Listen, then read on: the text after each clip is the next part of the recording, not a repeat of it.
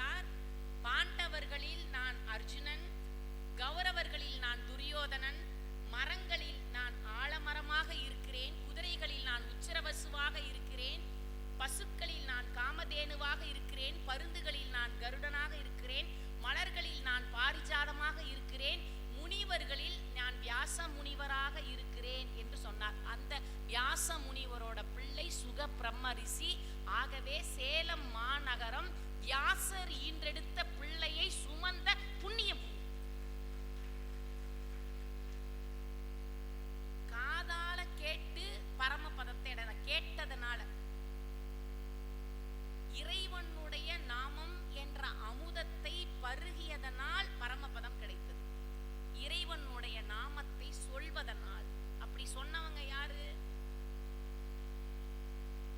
சொல்றதோட இல்ல, சொல்லி கேட்கணும். என்ன கேட்கணும்? எனக்கு பதவி கொடு, முக்தி கொடு, பக்தி கொடுல, நீயே வேணும். மாலை கட்டி திருமாலையே கட்டி கொண்ட ஆண்டாள் நாச்சியார் எனக்கு நீயே வேணும். என்ன கேட்டா? நீயே வேணும். மேனி வாசனையால் சீனிவாசனையே மணந்து கொண்டாள் இல்லையா? கற்பூரம் நாருமோ, கமலப்பூ நாருமோ, திருப்பவள செவ்வாய்தான் தித்தித்திருக்குமோ, மறுபொசித்த மாதவன் தன் வாய்ச்சுவையை விருப்புற்று கேட்கின்றேன், சொல்லாளி வெண்சங்கே. அவனுடைய வாய்ச்சுவை எப்படி? ஆண்டாள் நாச்சியார் இறைவனுடைய நாமத்தை சொல்லி சொல்லி சொல்லி அந்த இறைவனையே கணவனாக அடைந்தான். ராமாயணத்துல சீதா தேவியை கொண்டு போய் காட்டுல விட்டுட்டாங்க. காட்டுல விட்ட உடனேயே அயோத்தி மாநகரத்தில் இருந்த செல்வம் தீர்ந்து போனது. தீர்ந்து போன உடனே அதற்கு என்ன வழி? அஸ்வமேத யாகம் செய்யலாம். அஸ்வமேத யாகம் செய்யலாம்னா மனைவி வேணும். அந்த மனைவிக்கு என்ன பண்றது?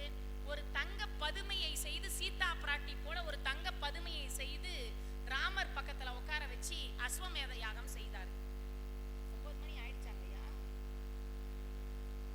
போனீங்கன்னா ஒவ்வொருத்தரா போங்க. குபீர் குபீர்னு எதிர்ச்சி போனா டைம் ஆயிடுச்சோன்னு நான் நினைச்சேன்.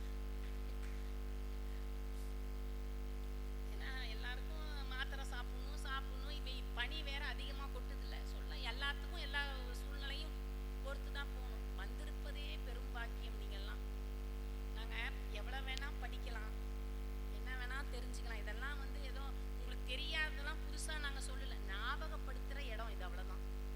இந்த இடம் உங்களுக்கு நினைவுபடுத்துகின்ற இடம். ஏதோ எனக்கு தெரிஞ்ச பெரிய அதி புத்திசாலி, என்னை விட்டா உலகத்துல ஒருத்தருக்கும் ஒண்ணும் தெரியாது, அதெல்லாம் கிடையாது. அப்படிலாம் ஒண்ணுமே இல்லை. உங்களுக்கு எல்லாம் தெரியும். வாழையடி வாழையாக வந்த திருக்கூட்ட மரபில் வந்தவர்கள் நீங்கள் எல்லாம். உங்களுடைய முன்னோர்களுடைய வரலாற்றை புரட்டி பார்த்தால் கண்டிப்பாக ஒரு ரிஷியின் பிள்ளைகளினுடைய வம்சவாளியாகத்தான் இருப்பீர்கள். நிச்சயமா. கோத்திரம் கேட்டாவே எல்லாரும் ஒவ்வொருத்தரும் ஒவ்வொரு கோத்திரம் சொல்லுவீங்க. உங்களுக்கு எல்லாம் தெரியும். நினைவுபடுத்துகின்ற இடம் தான் அது. அப்ப என்ன சொல்லிட்டு இருந்தேன்? சீதாதேவி தங்கப்பதுமை. இந்த தங்கப்பதுமையை வச்சு அஸ்வமேத யாகம் நடத்துறாங்க. இவரு இரவு நேரத்துல அந்த தங்கப்பதுமையை சீதா தேவியாவே நினைச்சு அதுகிட்ட காதல் மொழி பேசுறார். இவ்வண்ணம் நிகழ்ந்த வண்ணம் இனி இந்த உலகுக்கெல்லாம் உய்வண்ணம் அன்றி மற்றொரு துயர் வண்ணம் உருவதுண்டோ, மைவண்ணத்து அரக்கி போரில் மலை வண்ண தன்னலே உன் கைவண்ணம் இங்கு கண்டேன், கால்வண்ணம் அங்கு கண்டேன்னு கம்பர் கைவண்ணம் அங்கு கண்டேன், கால்வண்ணம் இங்கு கண்டேன்னு பாடினாரே.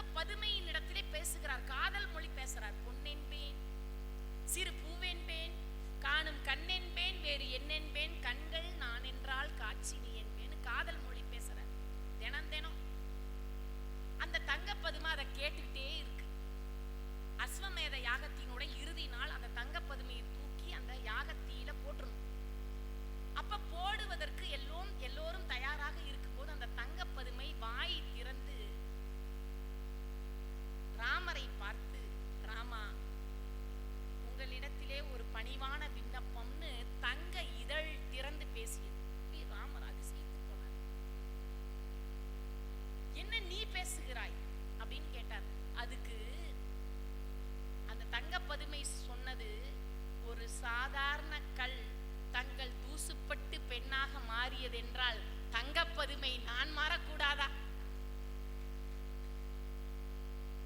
கேட்டுச்சு. உடனே அவர் சொன்னார், சொல் பதுமை என்ன, நாள்தோறும் என்னை சீதா பிராட்டியாக நினைத்து நினைத்து என்னிடத்திலே காதல் உரையாடினீர்கள். இப்படிப்பட்ட ஒரு கணவன் ஒரு மனைவிக்கு கிடைப்பது என்பது நினைத்து கூட பார்க்க முடியாத ஒரு அரும்பாக்கியம். அதை சீதா பிராட்டி பெற்றார்கள். இந்த இப்பிறவிக்கு இரு மாதரை சிந்தையாலும் தொடேன்னு வரம் கொடுத்ததனால் நான் இந்த பிறவியில் உங்களை திருமணம் செய்து கொள்ள முடியாது. நான் தங்கப்பதுமை, ஆனாலும் உங்களை கணவனாக அடைய வேண்டும் என்ற எண்ணம் எனக்கு இருக்கிறது. ராமா என்ற மந்திரத்தை நாளும் நான் ஜெபித்துக் கொண்டே இருக்கிறேன். எனக்கு அருள் கூர்ந்து நீங்கள் அடுத்த பிறவியில் என்னை திருமணம் செய்து கொள்கிறீர்களா என்று ஒரு விண்ணப்பத்தை தங்கப்பதுமை வைத்தது.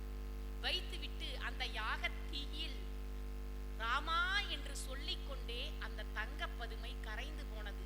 ராமா என்ற ஒரு வார்த்தையை அந்த தங்கப்பதுமை சொன்ன ஒரே காரணத்தினால் சென்னைக்கு அருகே திருவள்ளூர் என்ற ஊரிலே அந்த தங்கப்பதுமை கனகவள்ளியாக பிறந்தது. ராமபிரான் வீரராகவ பெருமாளாக பிறந்து அந்த பெண்ணை திருமணம் செய்து கொண்டதாக அங்கே இருக்கக்கூடிய வீரராகவ பெருமாள் தல வரலாறு சொல்கிறது. ஒரு பதும பெண்ணா மாறி திருமணம் செய்திருச்சான். ஒரு மந்திரம், ஒரே ஒரு மந்திரத்தை சொன்னதனால் ஒருத்தன் மருத்துவர்கிட்ட போயிருக்கான். அவனுக்கு தொண்டை விக்கி இருக்குது, இதுக்கு என்ன மருந்துன்னு கேட்டிருக்கான். ஒன்றும் இல்லை, அரிசியும் வசம்பையும் அரைச்சி சாப்பிடு சரியாயிடும்னார். இவன் மறந்துடக்கூடாதுன்னு அரிசி வசம்பு அரிசி வசம்பு அரிசி வசம்புன்னு சொல்லிக்கிட்டே போனவன் அரி சிவா சம்பு அரி சிவா சம்பு அரி சிவா சம்போ அப்படின்னு அவன் வாயிலிருந்து தவறுதலாக ஒரு வார்த்தையை சொன்னதற்காக அது சிவன் என்ற வார்த்தையாகவும் அரி என்ற வார்த்தையாகவும் மாறியதனால் அவனுக்கு பரமபத வாசலும் திறந்திருந்துதான், கைலாயமும் திறந்திருந்துதான். அதனாலதான் திருஞான சம்பந்தர், அமுது குடித்த திருஞான சம்பந்தர், சுந்தரமூர்த்தி சுவாமிகள், மாணிக்க வாசகர் எல்லாவற்றையும் தாண்டி வள்ளல் பெருமான் சொல்றார், திருவிளங்க சிவயோக சித்தி எல்லாம் விளங்க, சிவஞான நிலை விளங்க, சிவானுபவம் விளங்க, தெருவிளங்கு திருத்தில்லை திருச்சிற்றம்பலத்துள் திருக்கூத்து விளங்க, ஒளிச்சிறந்த திருவிளக்கே உரு விளங்க, உயிர் விளங்க, உணர்ச்சியது விளங்க, உலகமெல்லாம் விளங்க, அருளுதவு பெருந்தாயாம் மறுவிளங்கு குழல்வள்ளி மகிழ்ந்து ஒருவாள் விளங்க, வயங்கு மணி பொது விளங்க, வளர்ந்த மணி சிவக்கொழுந்தே என்று இறைவன் நாமத்தை போற்றுகிறார். இறைவன் நாமத்தை போற்று. எதுக்கு